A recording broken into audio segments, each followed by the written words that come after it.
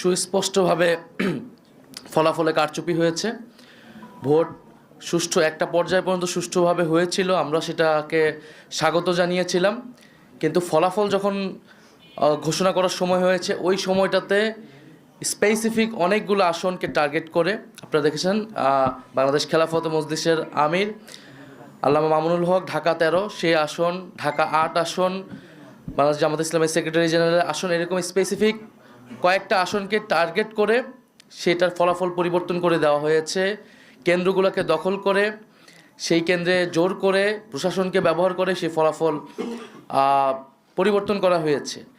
এখন যেই প্ল্যানের কথা আমরা শুনেছি, আমরা সেই প্ল্যানের একটা বাস্তবায়ন বা সেই প্ল্যানের একটা স্বরূপ কিন্তু এই নির্বাচনে আমরা দেখতে পাচ্ছি।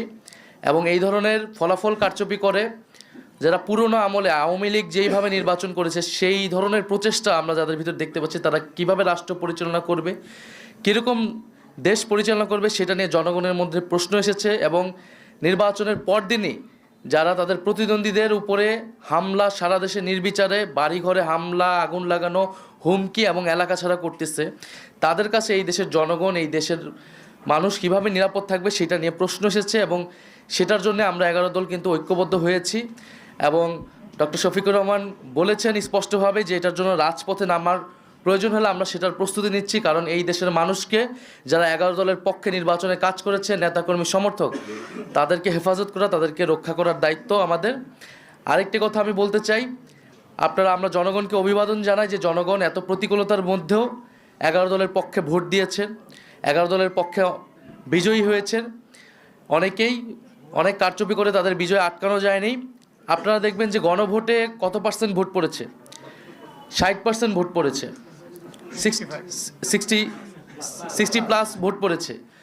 এই নির্বাচনে কিন্তু কিছু সুস্পষ্ট দুইটা পক্ষ ছিল, একটা সংস্কারের পক্ষ, পরিবর্তনের পক্ষ, যারা সংস্কার চায়, গণতন্ত্র চায়, চাঁদাবাজি বন্ধ করতে চায়, দুর্নীতি লুটপাটের বন্ধ করতে চায়, বিচার এবং সংস্কার চায়, আধিপত্য তো বিরোধিতা চায়। আরেকটি পক্ষ যারা পুরনো বন্দোবস্ত, পুরনো রাজনীতিকে প্রতিনিধিত্ব করেছে, যারা 72-এর সংবিধানকে চেয়েছে, যারা পুরনো যত ধরনের রাজনীতি আছে, যারা ঋণ খেলাপিদেরকে প্রশ্রয় দিয়েছে, যারা লুটপাট দুর্নীতি, সেই একই রাজনীতি করতে চায়।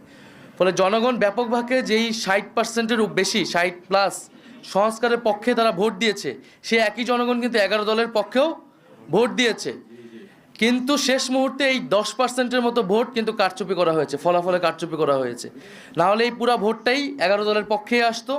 শেষ মুহূর্তে 11 দলের অনেক গুরুত্বপূর্ণ নেতাকে এবং প্রার্থীকে হারিয়ে দিয়ে ক্ষমতা নিয়ে নেওয়ার চেষ্টা করেছে। এবং আমরা নির্বাচন কমিশনে সেটা সুস্পষ্টভাবে এই অভিযোগ জানানো হবে, প্রার্থীরা জানাবেন যাদের, এবং নির্বাচন কমিশন সেখানে কি ভূমিকা পালন করতেছে, তাদের অবস্থান কি, এর উপর নির্ভর করবে আমাদের নির্বাচন নিয়ে চূড়ান্ত অবস্থান। ধন্যবাদ সবাইকে।